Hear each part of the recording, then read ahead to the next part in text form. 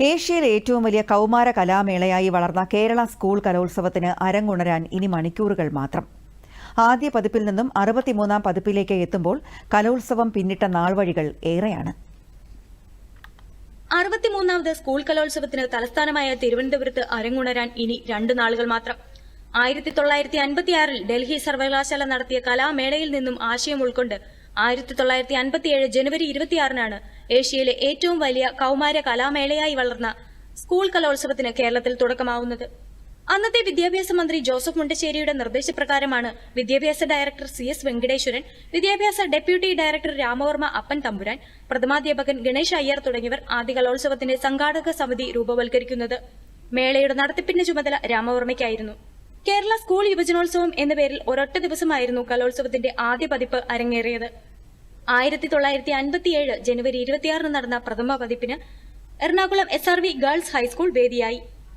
അന്ന് കേരളത്തിലുണ്ടായിരുന്ന 12 ജില്ലകളിലും നടത്തിയ മത്സരങ്ങളിലെ വിജയികളായ 200ഓളം കുട്ടികളാണ് ആദ്യ കലോത്സവത്തിൽ പങ്കെടുത്തത്. 1960കളോടെ കലോത്സവത്തിന് പ്രാധാന്യമേറി. തുടർന്ന് കലോത്സവ വേദികളിലെ കാഴ്ചകളും വാർത്തകളും ഉൾപ്പെടുത്തിയുള്ള സ്മരണിക പുറത്തിറക്കി.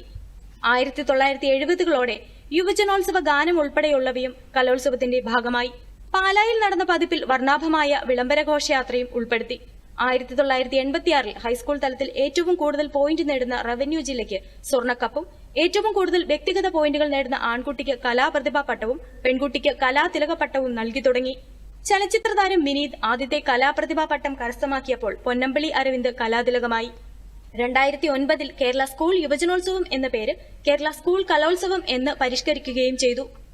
63ാമത് പതിപ്പിലേക്ക് എത്തിയപ്പോൾ ഗോത്ര കലകൾ കൂടി ഉൾപ്പെടുത്തിയ ആകെ 249 മത്സര ഇനങ്ങളാണ് കലോത്സവത്തിൽ ഉൾപ്പെടുത്തിയിരിക്കുന്നത്.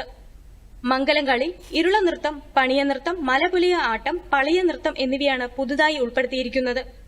63ാം പതിപ്പിലും കുരുന്നു പ്രതിഭകളോടൊത്തുള്ള സഹവാസത്തിലൂടെ ചെറുപ്പം കാത്തുസൂക്ഷിക്കുന്ന കലോത്സവം അനന്തപുരിയിലേക്ക് എത്തുമ്പോൾ വരവേൽക്കാൻ തലസ്ഥാനം ഒന്നായി ഒരുങ്ങിയിരിക്കുകയാണ്.